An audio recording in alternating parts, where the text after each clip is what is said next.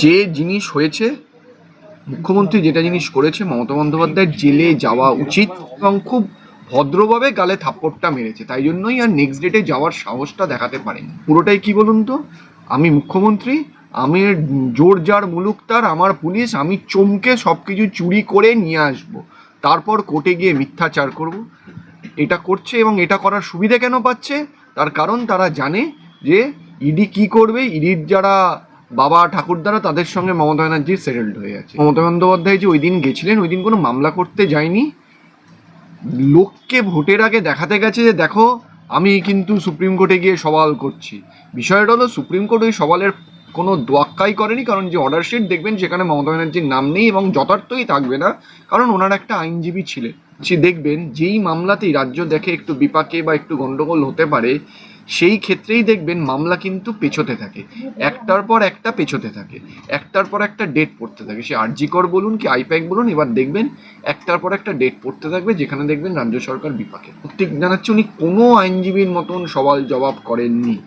সাধারণ মানুষের কাছে তিনি আইনজীবীর মতোই সওয়াল জবাব করেছেন। দেখুন, সাধারণ মানুষের কাছেও এটা কিছু অংশের মিডিয়ার প্রচার, তৃণমূল আইটি সেলের প্রচার, কিন্তু উনি যদি আইনজীবীর মতন সওয়াল জবাব করতেন, তাহলে রেকর্ড অফ প্রসিডিংস বা কোর্ট অর্ডারে ওনার নামটা রেকর্ড থাকতো, যেটা নেই।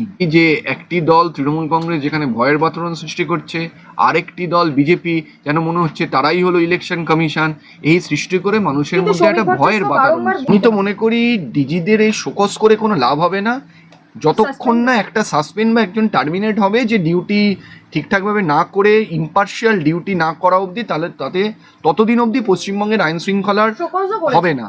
আর দ্বিতীয় কথা, যেদিন পশ্চিমবঙ্গর বাসীরা দেখবে যে ইডি ইনভেস্টিগেশন করছে আর একজন কেউ এসে সেই ইনভেস্টিগেশন থেকে ফাইল তুলে নিয়ে চলে যাচ্ছে, তার জন্য তার জেল হচ্ছে, সেদিন পশ্চিমবঙ্গে আইনের শাসন গঠিত হয়। দাদা, আজকে একেবারে আইপ্যাক মামলা, সেই মুখ্যমন্ত্রী যে ফাইল ছিনতাই করে নিয়ে গেছিল সেটা ভার্সেস ইডি মামলা ছিল। আজকে সেই মামলাটা পিছিয়ে গেল। হলফনামা জমা দিয়েছিল রাজ্য সরকার। সেই হলফনামায় বলা হচ্ছে যে রাজ্য সরকার বা রাজ্যের যারা ওখানে উপস্থিত ছিলেন মুখ্যমন্ত্রী, তারা নাকি ইডির পারমিশন নিয়েই সমস্ত কিছু নিয়ে গেছে। দেখুন, প্রথম কথা হলো যে যখন একটা তদন্ত হচ্ছে, তদন্তের একটা সার্চ প্রসিডিওর চলছে, সেখানে বাইরের লোক ঢুকলো কেন, বা ঢুকতে দেওয়া হলো কেন, বা আমি ধরে নিচ্ছি যদি রাজ্য সরকারের কথা সত্যি হয় যে ইডির পারমিশন নিন, ইন দি ফার্স্ট প্লেস তারা ঢোকার পারমিশনটাই বা ইডি দিল কেন, যদি এটা সত্যি হয়ে থাকে। আর যদি এটা সত্যি হয় যে ইডি কোনো পারমিশন দেয়নি, তাহলে ইডি কি ব্যবস্থা নিয়েছে? ব্যাপারটা হলো পুরোটাই কি বলুন তো, আমি মুখ্যমন্ত্রী, আমি জোর যার মুলুক তার, আমার পুলিশ, আমি চমকে সব কিছু চুরি করে নিয়ে আসবো, তারপর কোর্টে গিয়ে মিথ্যাচার করব। এটা করছে এবং এটা করার সুবিধে কেন পাচ্ছে? তার কারণ তারা জানে যে ইডি কি করবে। ইডির যারা বাবা ঠাকুরদারা, তাদের সঙ্গে মমতা ব্যানার্জির সেটেলড হয়ে আছে। এই সাহসটার জন্য আজকে এই অরাজকতার সৃষ্টি হয়েছে এবং এটা করার সাহস পাচ্ছে।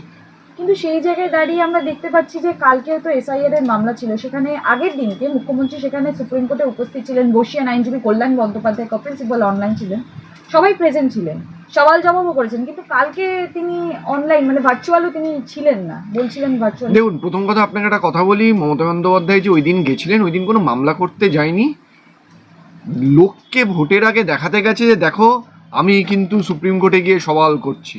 বিষয়টা হলো, সুপ্রিম কোর্ট ওই সওয়ালের কোনো দোয়াক্কাই করেনি, কারণ যে অর্ডার শিট দেখবেন সেখানে মমতা ব্যানার্জির নাম নেই এবং যথার্থই থাকবে না, কারণ ওনার একটা আইনজীবী ছিলেন। সুপ্রিম কোর্ট যথেষ্ট সম্মানের সঙ্গে, যেটা বলা যায় respecting the constitutional post of Mamata Banerjee, বলেছে আপনার একজন আইনজীবী আছে যিনি যথেষ্ট ভালো, আপনি কথা বলবেন না। এরপরেও মমতা ব্যানার্জি বলে গেছে লোক দেখানোর জন্য যে দেখো আমি লড়াই করেছি, কিন্তু সুপ্রিম কোর্ট সেটা পাত্তা দেয়নি এবং খুব ভদ্রভাবে গালে থাপ্পড়টা মেরেছে। তাই জন্যই আর নেক্সট ডেটে যাওয়ার সাহসটা দেখাতে পারেনি।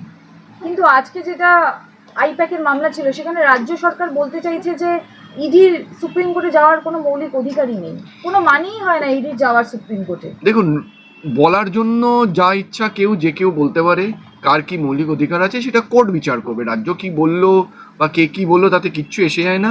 কিন্তু একটা বিষয় আপনাকে আমি বলছি, দেখবেন যেই মামলাতেই রাজ্য দেখে একটু বিপাকে বা একটু গন্ডগোল হতে পারে, সেই ক্ষেত্রেই দেখবেন মামলা কিন্তু পেছোতে থাকে, একটার পর একটা পেছোতে থাকে, একটার পর একটা ডেট পড়তে থাকে। সে আরজি কর বলুন কি আইপ্যাক বলুন, এবার দেখবেন একটার পর একটা ডেট পড়তে থাকবে, যেখানে দেখবেন রাজ্য সরকার বিপাকে। বলছি মুখ্যমন্ত্রী আইনজীবীর মতো সওয়াল জবাব করছিলেন, অভয় মামলার ক্ষেত্রে তিনি এগুলো করতে পারলেন না? প্রথমত এখানে আপনার সঙ্গে আমি একদম একেবারে আপত্তি জানাচ্ছি, উনি কোনো আইনজীবীর মতন সওয়াল জবাব করেননি।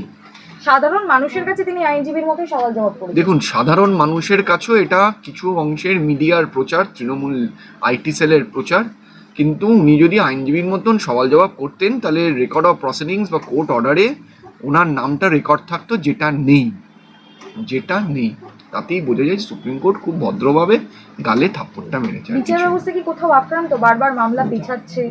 দেখুন, বিচার ব্যবস্থা আক্রান্ত না, এটা ভারতীয় বিচার ব্যবস্থার একটা সিস্টেমের মধ্যে পড়ে যে কোনো আইনজীবী অসুস্থ, সিনিয়র অ্যাডভোকেট, সে টাইম নেওয়া যেতেই পারে, কিন্তু এটাও বিচার ব্যবস্থাকে দেখতে হবে যে পার্টিকুলার কিছু কিছু মামলায় যেখানে একটু রাজ্য সরকার বিপাকে দেয় সেই মামলাগুলোই একটু পিছিয়ে যায় মাঝে মাঝে। সেটা বিচার ব্যবস্থা যথেষ্ট, সেটা বিচার করার জন্য যথেষ্ট কম্পিটেন্ট এবং সঠিক বিচারই হবে। পরবর্তী যে শুনানি আসছে তাতে কি বড়সড় কোনো পদক্ষেপের সম্ভাবনা আপনারা দেখছেন?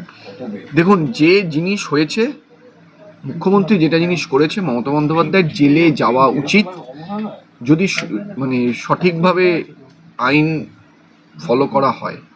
এবার মামলায় কি হবে, সুপ্রিম কোর্ট কি বলবে, সেটা সুপ্রিম কোর্টের উপর। ইডির তরফ থেকেও কিন্তু হলফনামা দেওয়া হবে বা হয়েছে, সেই হলফনামায় কি বিশেষ কিছু তথ্য আসতে চলেছে যার জন্য? দেখুন, এখনো জমা দেয়নি, জমা দিলে বুঝতে পারবো ইডির কি বক্তব্য, ইডি পারমিশন দিয়েছিল কিনা, যদি পারমিশন না দিয়ে থাকে কোন বেসিসে মমতা বন্দ্যোপাধ্যায় ঢুকে ফাইল নিয়ে আসলো, কোনো বাধা প্রাপ্ত তারা হলেন না, ইডিকে জবাব তো দিতে হবে।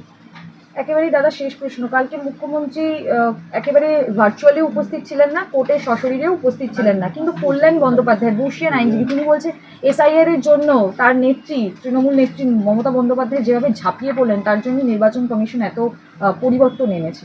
কি পরিবর্তন এনেছে?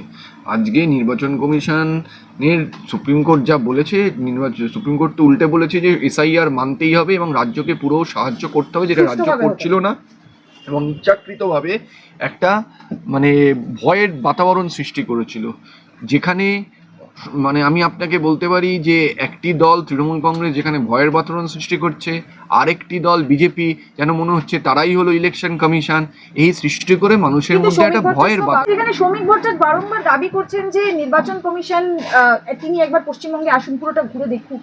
দেখুন, প্রথমত নির্বাচন কমিশন যেরকমভাবে এসআইআর কাজ করছে সেরকমভাবে তো না, সেটা মানুষের হয়রানির সৃষ্টি করছে।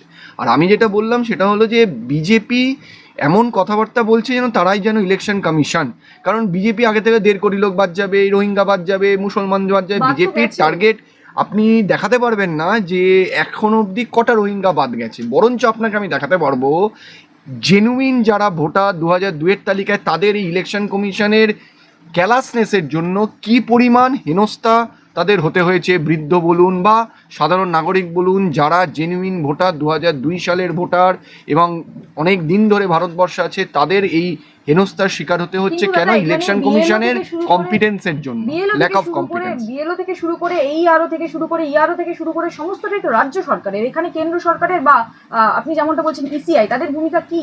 এটা তো ম্যানুয়ালি হচ্ছে না, ম্যানুয়ালি হলে আজ জিনিস হতো না। আজকে একটা সিম্পল কাজ, ইলেকশন কমিশন যদি সঠিক সময় এসআইআর এর কাজ আরম্ভ করতো, বাড়ি বাড়ি গিয়ে দেখতো যে কে ভোটার আছে, কজন কে বেঁচে আছে, কে মরে গেছে, কে বাইরে থাকছে, এই সিম্পল কাজটা করার জন্য যে সময়সীমা নিয়ে, যে সময় নিয়ে যে দরকার, সেটা তো করেনি। এটা ভোটের মুখে এটা করেছে এবং এআই এর মাধ্যমে আজকে লজিক্যাল ডিসপেন্সে একটা হতোও না, যদি সঠিক পদ্ধতি মেনে এসআইআর নিয়ে করতো তাহলে একটা জেনুইন ভোটারও বাদ যেত না, কেউ হেনস্থাও হতো না, কিন্তু যারা ভুয়ো ভোটার তারাই বাদ যেত। একেবারে শেষ প্রশ্ন, মুখ্যমন্ত্রী সুপ্রিম কোর্ট গেছিলেন, তাতে কিন্তু আখেরে লাভ আমাদের সাধারণ জনগণের হলো না, দেখা গেল ডিজি যে রয়েছে তার শোকজ হয়ে গেল এবং তাকে ব্যাখ্যা। আমি তো মনে করি ডিজিদের এই শোকজ করে কোনো লাভ হবে না, যতক্ষণ না একটা সাসপেন্ড বা একজন টার্মিনেট হবে যে ডিউটি ঠিকঠাকভাবে না করে ইম্পার্শিয়াল ডিউটি না করা অবধি, তাহলে ততদিন অবধি পশ্চিমবঙ্গের আইন শৃঙ্খলার হবে না। আর দ্বিতীয় কথা, যেদিন পশ্চিমবঙ্গর বাসীরা দেখবে যে ইডি ইনভেস্টিগেশন করছে আর একজন কেউ এসে সেই ইনভেস্টিগেশন থেকে ফাইল তুলে নিয়ে চলে যাচ্ছে, তার জন্য তার জেল হচ্ছে, সেদিন পশ্চিমবঙ্গে আইনের শাসন গঠিত হবে।